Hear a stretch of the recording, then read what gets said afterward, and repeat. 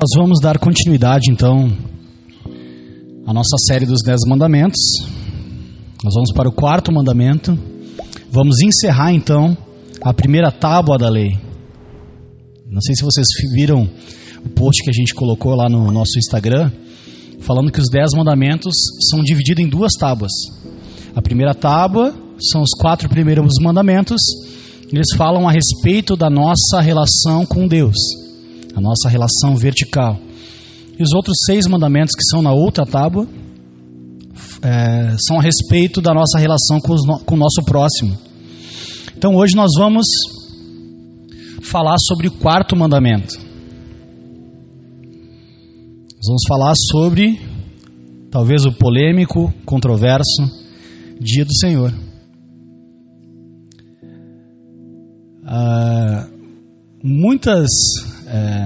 A maioria das denominações evangélicas concordam unanimemente na interpretação de todos os outros mandamentos. Talvez esse é o mandamento que há mais divergência no meio evangélico. Mas hoje, com a graça de Deus, nós vamos nos aprofundar nessa palavra e vamos entender o princípio revelado na Escritura a respeito do dia do Senhor. Amém? Então eu quero te convidar a abrir lá em Êxodo, no capítulo 20.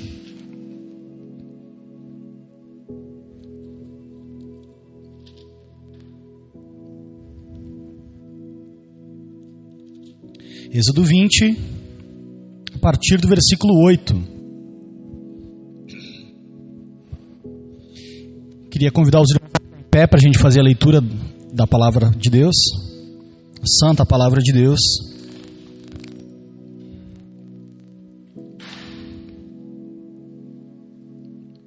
Êxodo 20, versículo 8. Assim diz a palavra de Deus: lembre-se do dia de sábado para o santificar. 6 dias você trabalhará e fará toda a sua obra, mas o 7º dia é o sábado, dedicado ao Senhor seu Deus.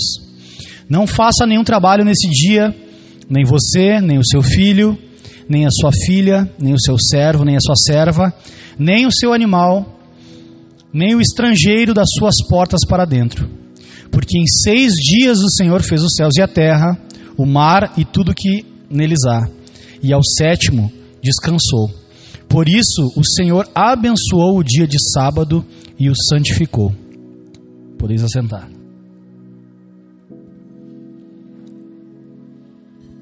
Senhor, eu te peço a iluminação do Teu Espírito Santo. Ilumina as nossas mentes para que nós possamos compreender os mistérios da Tua palavra. Nós sabemos que as coisas espirituais se discernem espiritualmente e precisamos do auxílio do Teu Espírito Santo para poder compreender a Tua palavra. Ilumina também, Senhor, o nosso coração, trazendo temor e santidade para o Teu povo. Em nome de Jesus, amém e amém. Amém? Amém. Vocês sabem o que é um calendário, né? Tem os dias separados pelas dia, semana, mês e ano. Vocês sabem como é que... Quem aqui fez aula de ciência sabe que um ano são 365 dias. E 365 dias é o período que a Terra demora para dar uma volta em torno do Sol. Então, esse fenômeno físico, astrológico, nos diz como é que é formado um ano. Um mês é o tempo que demora a Lua completar as suas 4 fases. Também é um fenômeno físico e astrológico. Um dia é o tempo que a Terra demora para dar uma volta em torno de si mesma. Correto? Não tem nenhum professor de biologia aí? Biologia não é meu forte. Mas isso aí, pelo menos, deu para aprender, né? Agora, Como é que se determina uma semana? Quem foi que determinou uma semana? Que uma semana com 7 dias. Peguei, não foi Constantino. Eu queria essa resposta. Constantino, estão pegando essa resposta. Constantino apenas determinou, né? Ele outorgou uma prática que já era observada há 400 anos atrás e muito mais, tanto pelo povo judeu quanto pelos outros povos que eram ali vizinhos. E eu quero pensar com vocês que, para nós que somos cristãos, a semana de 7 dias foi estabelecida desde Gênesis capítulo 2. Gênesis capítulo 2. A terra e o universo e tudo que neles há foi feito pelo Senhor em 6 dias, e no 7º dia Ele descansou. Ele descansou e santificou. Quando a gente fala de santidade, essa palavra às vezes não é bem explicada na nossa geração. Santificação que quer dizer separar. Quando separa alguma coisa, está santificando. Então Deus separou esse dia para 2 coisas: para o descanso e para a adoração a Ele.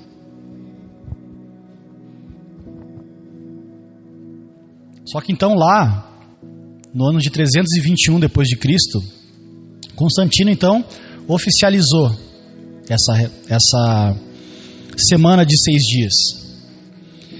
Vocês sabem que esse é um tema bem controverso no cristianismo, o fato de Constantino ter decretado algumas coisas e tal. Tem toda uma discussão entre a formação do cânon bíblico e tal. Não quero entrar nesses pormenores. Nosso foco aqui hoje é entender por que Deus separou um dia para nós adorarmos a Ele, para nós descansarmos. A gente precisa entender isso e como aplicar isso na nossa vida. Nós precisamos entender o significado, a importância, as promessas e as bênçãos oriundas da prática e da observância desse mandamento, e também as consequências negativas na quebra do mandamento. Ok?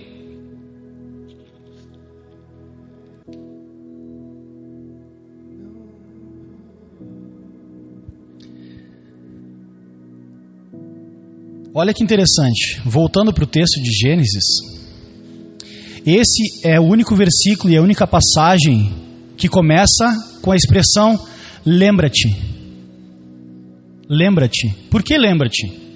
Porque o sábado, o dia de descanso, já tinha sido instituído por Deus antes. Vocês lembram na peregrinação do povo no deserto? Na sexta-feira, o maná caía dobrado.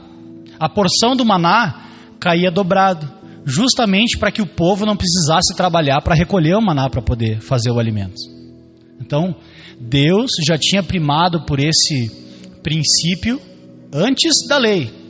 Êxodo 16 fala sobre isso. Nós estamos em Êxodo 20, na entrega dos mandamentos. É por isso que aqui no início desse versículo fala lembra-te do dia do Senhor, porque é uma instituição desde o Gênesis. Então Deus, olha que maravilhoso. Vocês concordam comigo que Deus, Ele não se cansa. Deus é todo poderoso. Deus não precisaria descansar no 7º dia. Por que Ele te separou um dia então? Por que Ele separou um dia para descansar? E fala que Ele descansou. E quando a Bíblia fala que Deus descansou, é que Ele se deleitou e teve prazer nele mesmo. Porque Ele é um Deus trino. Então, a Trindade, ela se deleita, ela tem prazer, ela é autossuficiente. Ela não precisa de nada externo para se satisfazer.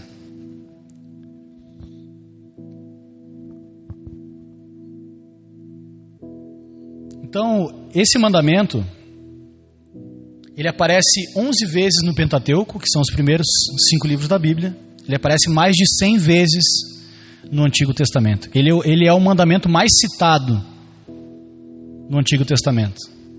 Outra curiosidade: os judeus julgavam que esse era o mandamento mais importante. Lembra quantas controvérsias aconteceram porque os fariseus achavam que Jesus estava quebrando o sábado, quebrando o mandamento do sábado? Um dos motivos, uma das acusações a respeito de Jesus, acusavam Jesus de quebrar o mandamento, o quarto mandamento. Só que na verdade, Jesus veio para nos ensinar a como praticar o princípio do quarto mandamento. E a gente vai entrar um pouquinho mais a fundo hoje. Então, dos 10 mandamentos, esse é o mandamento que é talvez o mais controverso, é o que mais existe mais divergência no meio evangélico. E aqui eu queria deixar algo claro da diferença dos evangélicos, do batista, do presbiteriano, para o adventista do sétimo dia. O adventista do sétimo dia tem uma visão legalista da lei, ou seja, eles acreditam que nós devemos cumprir toda a lei para ser salvos.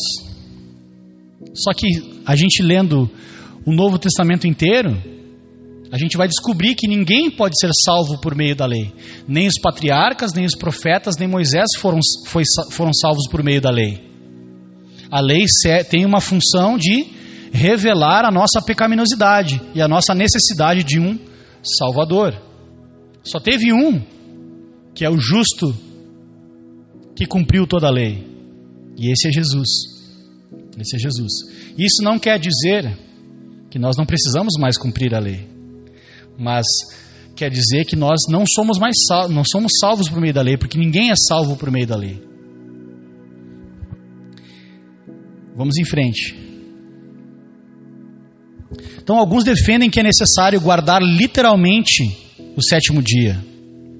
Outros afirmam que devido à nova aliança, e uma vez que todos os dias são santos.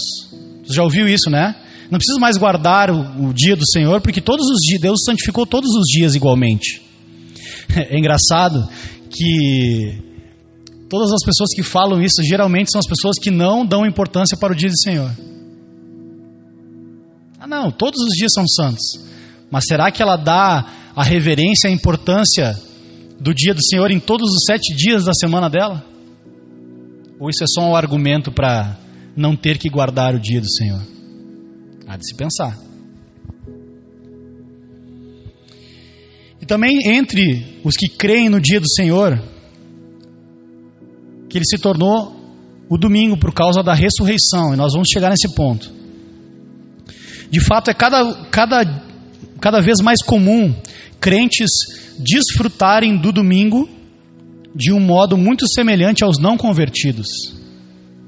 Estou olhando aqui para a dona Ana, estou olhando para o meu pai e para minha mãe e para a dona Ana aqui. Quando eu e o Jonatas era pequeno, não tinha escolha de não ir para a igreja no domingo, né, dona Ana? Não tinha, não vou ficar jogando CS, vou jogar Warcraft, não sei o que. Não tem essa aí. Domingo é o dia do Senhor. Bota a tua roupa, vai pro banho e vai passando o horário. Se tu não entra pro banho uma vez, a chinela já estava cantando. É a mãe raiz. Você é crente raiz. Crente raiz. Domingo, filho, goste, não goste.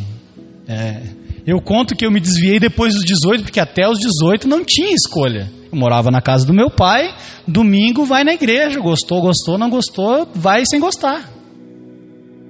Então isso era cultural. Por que os pais faziam isso? Porque eles observavam esse mandamento. Porque esse é o modo de vida de um cristão. Um cristão não busca descanso, satisfação e prazer da mesma maneira que as pessoas ímpias que não creem em Deus buscam. O nosso prazer, a nossa satisfação e o nosso descanso está no Senhor.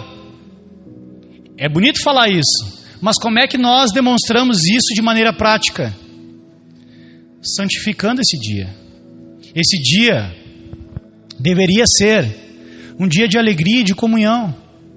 Um dia onde nós vamos ter comunhão com os nossos irmãos, Nós vamos falar sobre a palavra de Deus.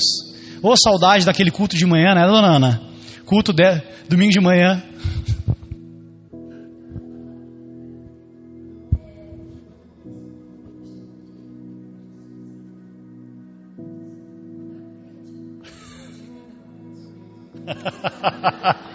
O Johnny já era metódico desde pequeno. Ele já vou na frente e você se atrasa.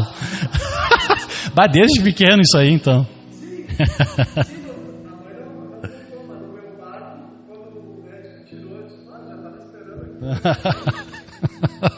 Demorou.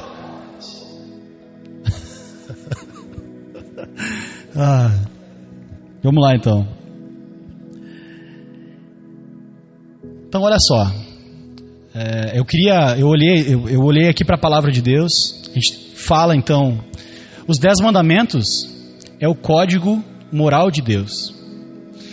Por que nós devemos praticar e observar os 10 mandamentos? Eu falei lá na primeira pregação isso.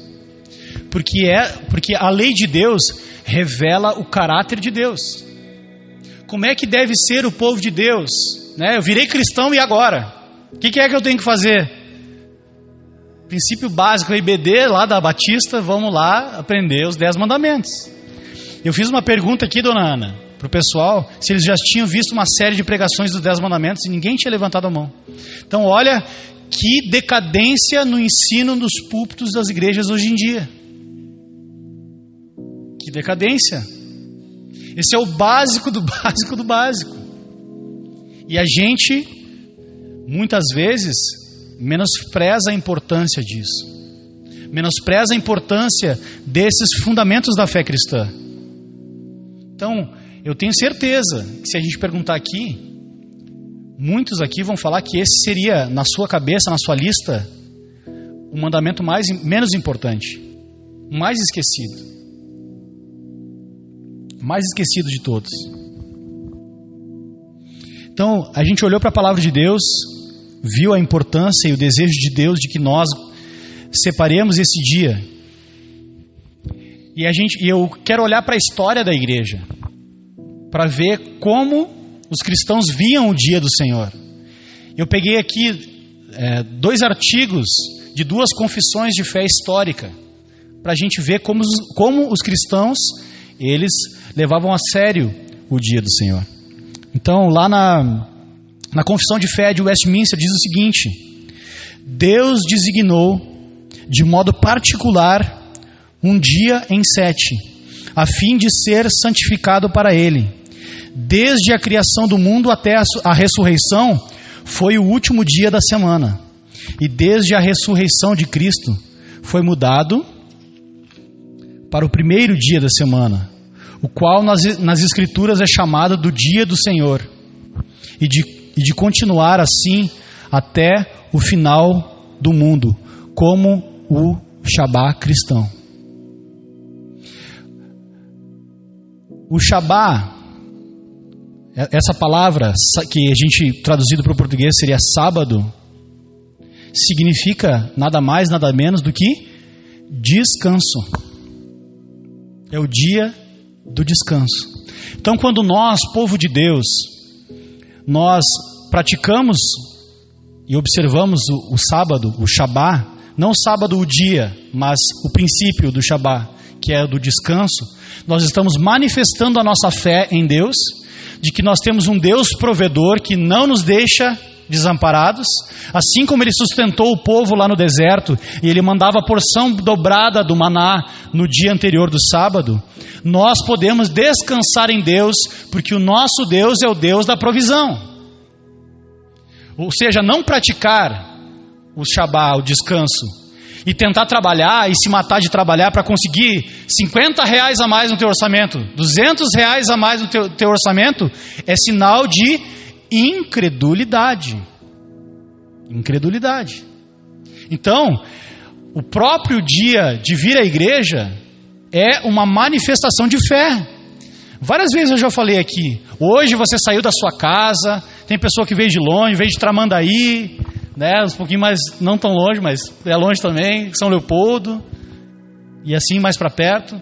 No momento onde nós nos arrumamos para vir até a casa de Deus, que é esse lugar onde nós nos reunimos como povo de Deus, nós estamos dando uma demonstração da nossa fé, daquilo que é importante para nós. No momento onde eu me arrumo, e por isso que os nossos pais faziam isso, no momento onde nós nos arrumamos e nós vamos para a igreja, nós estamos dizendo para o mundo, nós estamos indo buscar descanso naquele que pode prover descanso, e estamos descansando nele, adorando a ele, porque ele é a nossa provisão. Isso é uma atitude de fé. É uma atitude de fé. E quantas vezes eu conheço bem a história do meu pai e da minha mãe. Quantas vezes nós nos arrumamos para o culto sem ter dinheiro para passagem? Nos arrumamos para o culto, para ir adorar alegremente o Senhor, sendo que tinha uma pilha de boleto para pagar na segunda-feira. Isso era uma atitude de fé, sabendo que a gente não sabe de onde ia tirar para pagar os boletos, mas a gente sabia de quem viria a provisão. Quem era o nosso Deus? Nós estamos aqui. Nós estamos aqui. Amém? Então quando você faz isso, você está tendo uma atitude de fé. E quando você não vem adorar a Deus junto com o povo de Deus, você está tomando uma atitude de não fé, uma atitude de incredulidade. Então por isso que é importante você manifestar a sua fé e vir até a casa de Deus, adorar a Deus com o povo de Deus no dia do Senhor. Amém? Ai. Opa. Então o Catecismo de Heidelberg vai dizer o seguinte: qual é a vontade de Deus para você no quarto mandamento? Ele diz o seguinte: primeiro, que o ministério e a educação do Evangelho sejam mantidos, e que especialmente no dia do descanso eu compareça diligentemente à Assembleia do povo de Deus para aprender o que a palavra de Deus ensina, para participar dos sacramentos, para orar a Deus publicamente e trazer a oferta cristã aos pobres. Era isso que os antigos criam a respeito do dia do Senhor. A nossa fé, quando a gente fala aqui de teologia reformada, quando a gente diz teologia reformada, a gente tem a mesma fé, a mesma profissão de fé que a igreja cristã na história tinha. A gente não tem uma fé diferente dos nossos pais, dos nossos avós, dos primeiros cristãos e da igreja na história. A nossa fé não está divorciada. Nós cremos aquilo que a igreja cristã sempre creu ao longo dos anos. Essa é a fé que nós procuramos ter. Por isso nós olhamos também para a história.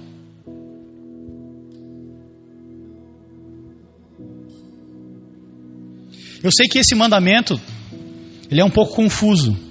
E de fato ele gera algum tipo de confusão. Acabei de falar sobre o adventismo, outras pessoas que guardam o sábado, outras guardam o domingo. E Deus sabia disso.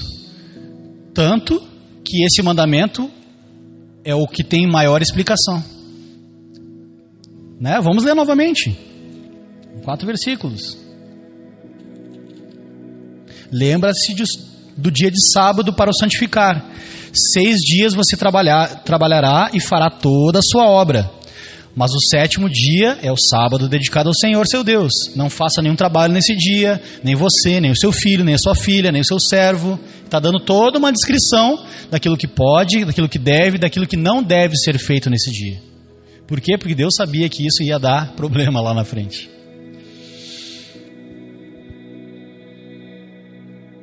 Você sabia que a pena para a quebra, a profanação do sábado do Senhor no Antigo Testamento era a morte? Sabia disso? Tão sério era a observância desse mandamento. Essa era a sentença. Quando o povo de Deus foi para o exílio babilônico, uma das acusações de Deus em relação ao povo é que ele não estava observando o dia de sábado, estava profanando o dia de sábado, estava indo fazer as suas coisas. Não, mas está todo mundo lá na igreja, então eu vou trabalhar mais um pouquinho aqui, vou catar lenha, vou trabalhar mais um pouco para poder enriquecer mais. Estava buscando os seus interesses ao invés do interesse de Deus.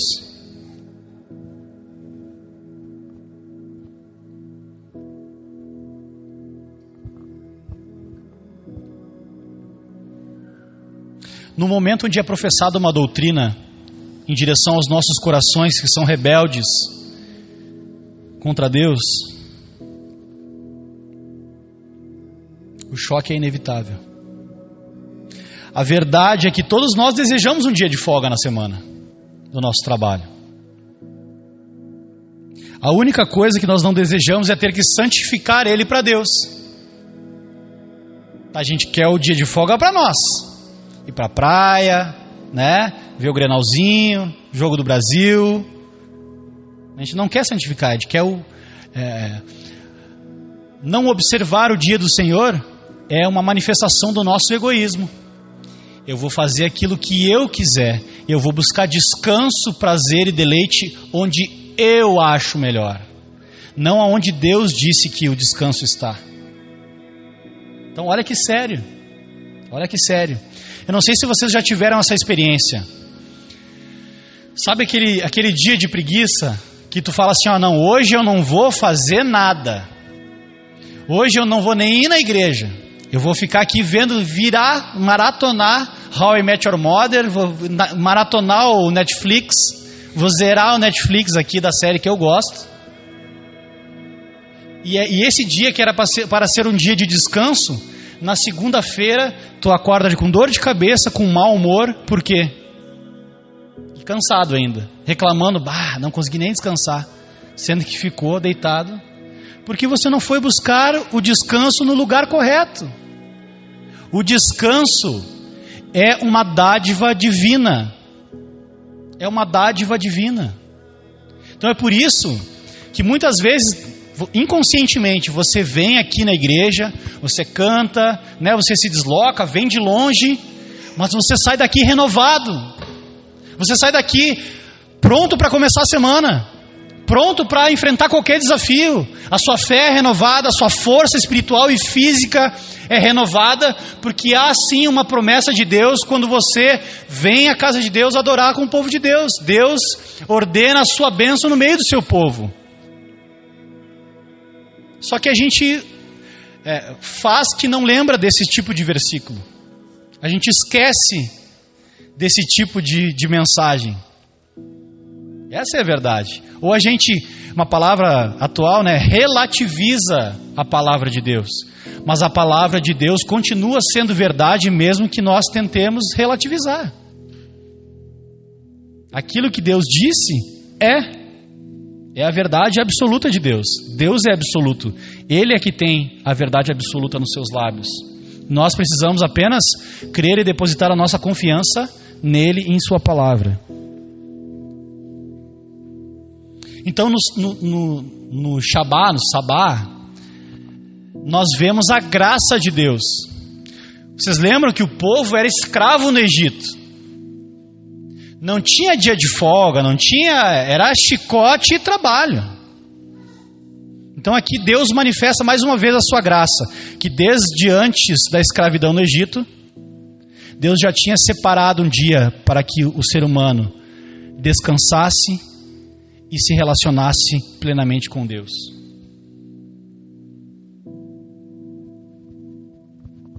Um Deus que não descansa, preparou para nós um dia para nós descansarmos e nos deleitarmos nele. Então o princípio nós devemos descansar do nosso trabalho e confiar em Deus. É uma atitude de fé. Descansar é um ato de fé. Descansar é um ato de fé. Sabe a pessoa que ela não descansa a sua mente? E as pessoas às vezes ficam chateadas com a gente quando a gente fala que, olha, se tu sofre muito com ansiedade, pode ser falta de fé, falta de confiança em Deus. Porque quanto mais a gente confia em Deus, mais a gente descansa nele. A gente descansa nele. A palavra de Deus diz: maldito o homem que confia no homem e confia na força do seu próprio braço. Tem coisa na sua vida, meu irmão, que só Deus vai te dar o descanso, que você não vai conseguir mudar com a força do seu braço. Você precisa aprender a depender de Deus, a confiar em Deus e receber dele o descanso para a sua alma, para a sua mente e para as suas emoções. Isso é uma bênção, é uma dádiva de Deus, mas você só recebe ela se você deposita a sua confiança em Deus.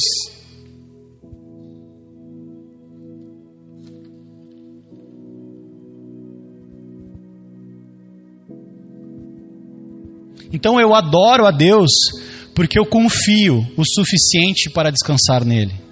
Eu descanso no meu dia para poder adorar a Deus, para que eu tenha tempo para adorar a Deus.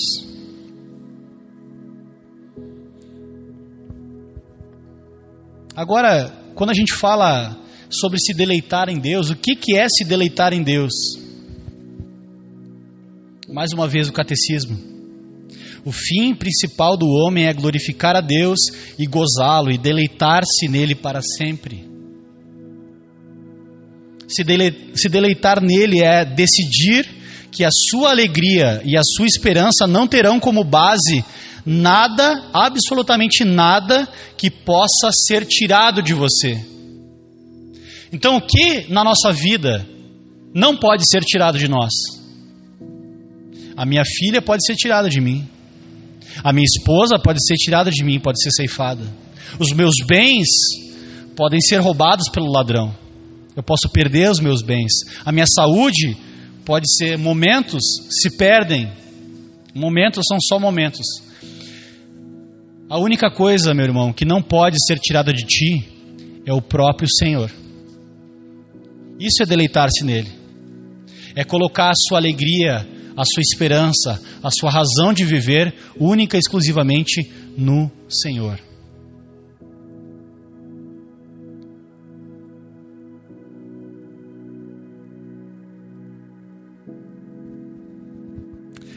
Agora eu quero ir para o Novo Testamento para ver onde é que mudou esse negócio. A gente está falando sobre o sábado. Todo mundo deve estar se perguntando. E o domingo? Quando é que mudou? Onde é que foi essa transição aí que foi para o domingo? Mais uma vez, vamos para a palavra de Deus. Colossenses 2, versículo 16 e 17 diz o seguinte: portanto, que ninguém julgue vocês por causa de comida e bebida, ou dia de festa, ou lua nova, ou sábados, porque tudo isso tem sido sombra das coisas que haviam de vir, porém o corpo é de Cristo. O que isso quer dizer? No início da igreja cristã, havia uma tensão. Porque os judeus queriam seguir a Jesus e continuar observando toda a lei, tanto a cerimonial, civil e os 10 mandamentos. E chegava nós, né? Gentil. Chegava os gaúchos lá, não sabia nada de sábado, sabia nada de nada. Nós que só queria Jesus. Eu quero seguir Jesus, se é no sábado, no domingo, na segunda, não interessa. Eu quero seguir Jesus. E o que aconteceu? Depois da ressurreição de Cristo, Cristo ressuscitou no domingo. Então a igreja cristã, desde o primeiro século, passou a celebrar o dia do Senhor, não mais como um Shabá, de uma libertação e de um descanso desse exílio lá no Egito, mas passou a descansar no primeiro dia, no dia da ressurreição de Deus. Sabe por quê? Tem um significado. Nós descansamos no primeiro dia por causa da esperança que a ressurreição propõe para nós. Como eu orei no início, a ressurreição de Cristo nos aponta para uma esperança de um Shabá eterno, de um descanso eterno com Deus. É por isso que nós cultuamos a Deus no dia da ressurreição. Por causa da ressurreição nós temos a esperança de que um dia a nossa alma vai descansar e vai se deleitar em Deus eternamente. É profético, como alguns gostam de dizer, né? O domingo é o Shabá profético. O domingo aponta para a eternidade, aponta para a nossa esperança. Então o domingo também é um ato de fé. O domingo é crer na ressurreição de Cristo e crer que um dia Ele virá para buscar sua noiva e nós desfrutaremos da sua presença e do seu descanso para sempre. Amém?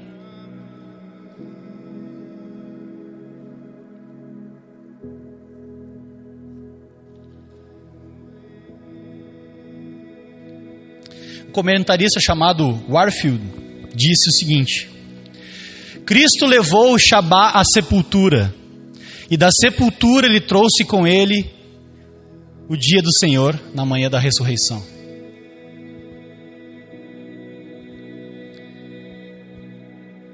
Aqui a gente tem várias passagens bíblicas que falam, só para corroborar, para mostrar para vocês que isso era uma prática da igreja cristã. Vamos lá? João 20, 21. Como nós já observamos, fala que Jesus ressuscitou no domingo. Jesus apareceu para os 11 discípulos no domingo. João 20, 26. O Espírito Santo desceu no dia de Pentecostes, era um domingo. Nesse mesmo domingo, o primeiro sermão sobre a morte e a ressurreição de Jesus, Cristo foi pregado por Pedro em Atos 2,14 e 3.000 novos convertidos. Em Troade, os crentes se juntaram para adorar no domingo. Atos 20, 27. Paulo instruiu os cretenses para trazerem as suas contribuições no domingo. 1 Coríntios 16, versículo 2. Se vocês quiserem, eu disponibilizo essas referências para vocês olharem depois.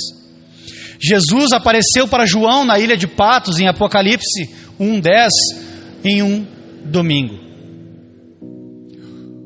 O domingo tem esse sentido da ressurreição. Nós somos testemunhas da ressurreição de Cristo. É por isso que o domingo então tomou esse caráter. Cristo não veio revogar a lei, Ele veio cumprir a lei. Cristo não quebrou o mandamento de sábado, mas através da sua ressurreição, Ele deu um novo sentido. Passou o dia do Senhor, o dia de lembrar da sua morte e da sua ressurreição, para o domingo.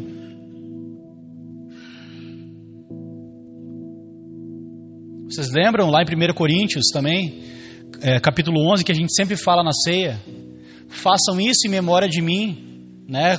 Celebrem a minha morte, a minha ressurreição, até que eu venha. É por isso que, para lembrar simbologicamente da ressurreição de Cristo até que Ele venha, nós nos reunimos então no domingo, no dia do Senhor.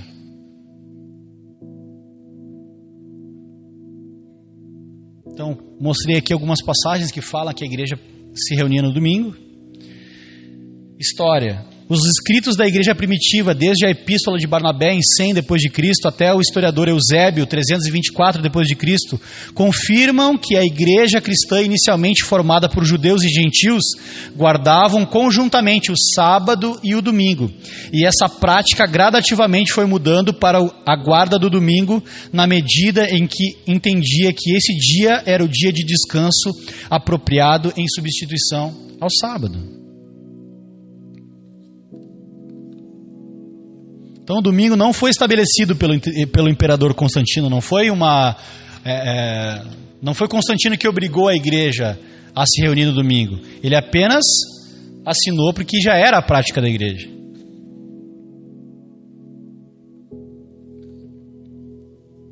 Portanto, a nossa convicção de que o chamado à adoração, o desejo de estar cultuando ao Senhor, e o de destacar das nossas atividades diárias por intermédio de um envolvimento com as atividades da igreja no domingo, encontra base tanto bíblica quanto histórica. E mais do que uma questão de costume, é mais do que uma questão de costume ou de opção. É algo tão importante que faz parte da lei moral de Deus. Lá em Hebreus 10, 25, vai dizer: não deixem de congregar, não deixem de comparecer à reunião do povo de Deus, como alguns já estão fazendo. Então, por causa da falta de educação cristã, da falta de uma pregação a respeito desse assunto, isso vai sendo banalizado. As pessoas faltam o culto por qualquer motivo. Essa é a verdade. Estava conversando com alguns pastores e eu estou lembrando aqui. O Brasil perdeu de 7-1 para a Alemanha aquela vez, né? Eu me lembro que a gente estava lá antes do culto vendo o jogo lá na igreja. E quantos irmãos perderam o culto, a bênção de Deus, para ver aquele 7-1 terrível lá da Alemanha? Olha só. O cara colocou toda a expectativa e a alegria dele na seleção do Brasil e foi envergonhado. Enquanto os irmãos que estavam lá adorando a Deus e se lixando para o Brasil e a Alemanha, estavam sendo renovados e recebendo o descanso de Deus. Amém? Então, a partir de hoje, nessa igreja, vocês sabem que vocês têm que pensar muito bem antes de faltar um culto. Isso não quer dizer que tu vai vir se arrastando, né? Por motivo de doença, tudo bem, né? O Bruno veio se arrastando no sábado passado, tinha torcido os ligamentos tudo do pé, ele veio mancando, ele serviu, tocou. O exemplo. O meu pai, ele falou que, imagina, a gente tem um culto na semana, tá? Um culto na semana. Meu pai disse que congregava numa igreja, quando ele se converteu, e tinha culto todos os dias. Ou seja, em 10 anos ele viu 3.650 cultos. E continuou pecador.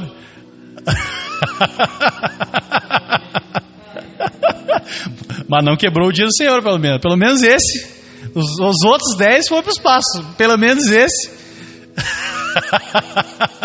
Os outros 9 já não garanto, mas pelo menos esse aí durante 10 anos continuou pecador.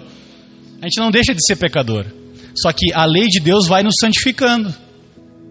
Vocês lembram que lá no início eu falei, né? Aquela frase do Philip Yancey, que ele pegou de outro cara que era um puritano. Que ele falou que a lei, o conhecimento da lei nos leva até Cristo para que a gente seja perdoado, para que a gente seja justificado. Nós não conseguimos cumprir a lei de Deus. Mas Cristo nos devolve para a lei para que nós sejamos parecidos com Ele. Porque Jesus Cristo cumpriu a lei. Ser cristão é ser parecido com Cristo. Se Cristo observava a lei, nós observamos a lei e praticamos ela, porque a lei de Deus é boa, nós é que somos ruins. Nós precisamos então olhar para a lei para poder observar, obedecer e assim se parecer com o nosso Senhor e Salvador e ser cristãos. Amém? Agora, para encerrar, eu sei que deve ficar muitas dúvidas aí no ar a respeito desse dia. Então nós devemos olhar para esse dia, essa dádiva que Deus nos deu, com um olhar especial. Deus te deu um presente chamado um dia de descanso. Algo que ninguém pode te tirar. Deus te deu um dia para você descansar. E a maneira que nós temos de agradecer a esse Deus pelo descanso que vem dele e desse dia que ele separou para nós é vindo e adorando ele, porque ele é digno. Amém? Eu quero ressaltar aqui 3 historinhas rápidas, muito rápidas, antes de nós cantarmos e encerrar. Vocês já ouviram falar de John Stott? A gente fala bastante dele aqui. Um homem de Deus, piedoso. Ele foi considerado pela revista Time uma das personalidades mais importantes do século XX. Ele era o conselheiro pessoal da rainha da Inglaterra. Vocês sabem que a rainha da Inglaterra é imortal, né? Então John Stott já faleceu, mas a rainha da Inglaterra continua viva ainda. Ela estava no dilúvio, todas essas histórias bíblicas, ela estava lá. Vocês que sabem os memes, vocês estão ligados no que eu estou falando.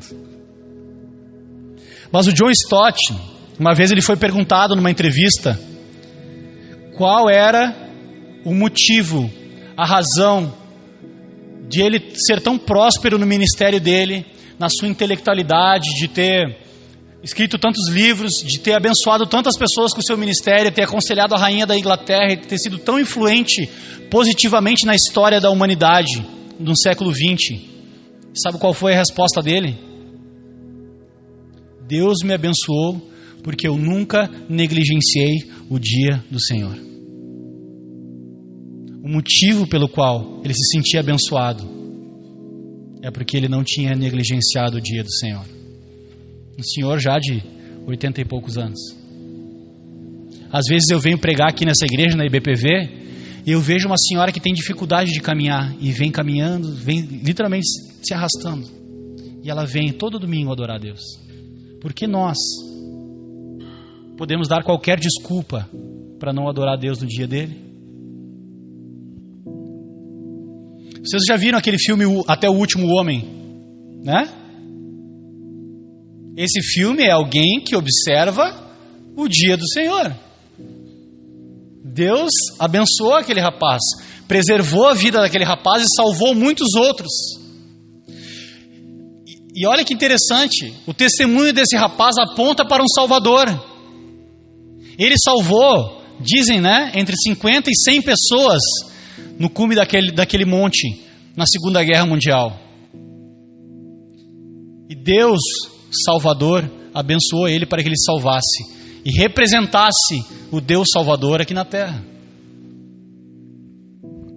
Uma última história de alguém que foi abençoado por observar esse mandamento do dia do Senhor.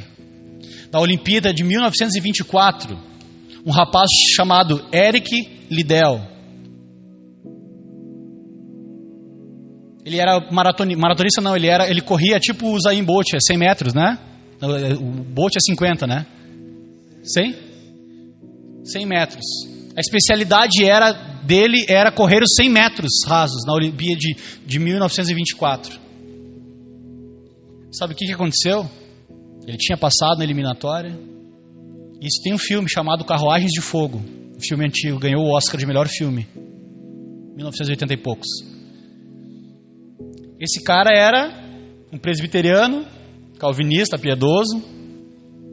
Conhecia a confissão de fé de Westminster na ponta da língua. E a prova dele dos 100 metros caiu num domingo. E o que ele falou? Não vou correr. Nenhuma Olimpíada é mais importante do que o dia do Senhor. Sabe o que aconteceu? Deram uma oportunidade para ele correr numa outra modalidade que não era a modalidade dele. Acho que era 400 metros ou 200 metros.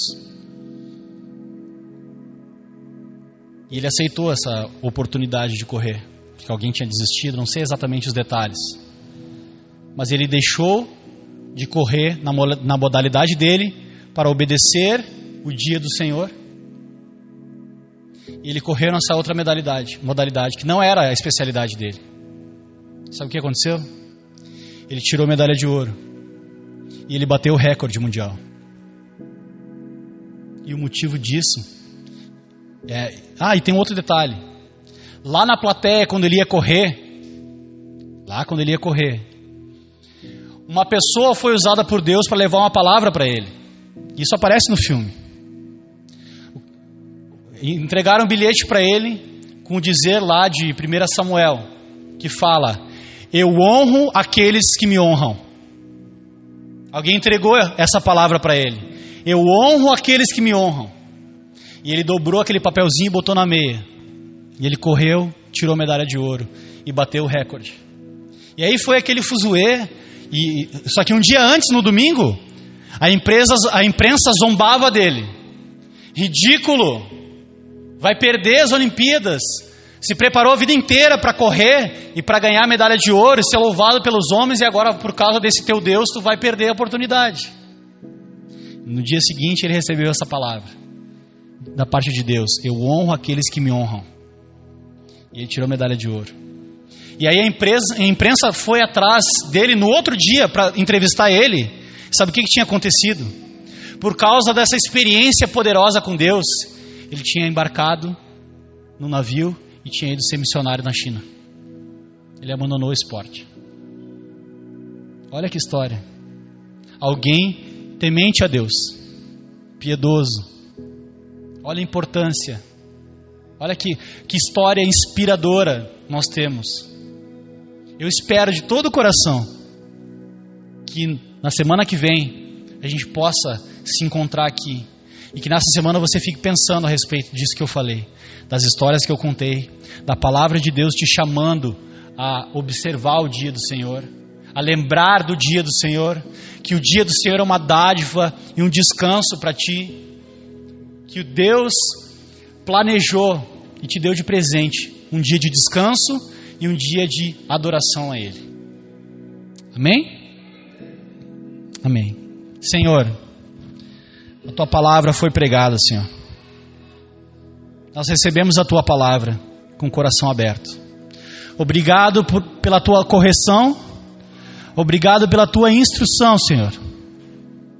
Obrigado porque Tu nos deu um dia de descanso, e não só um dia. Obrigado porque o Senhor é o nosso descanso. Nós podemos descansar em Ti, porque Tu és um Deus misericordioso, um Deus gracioso.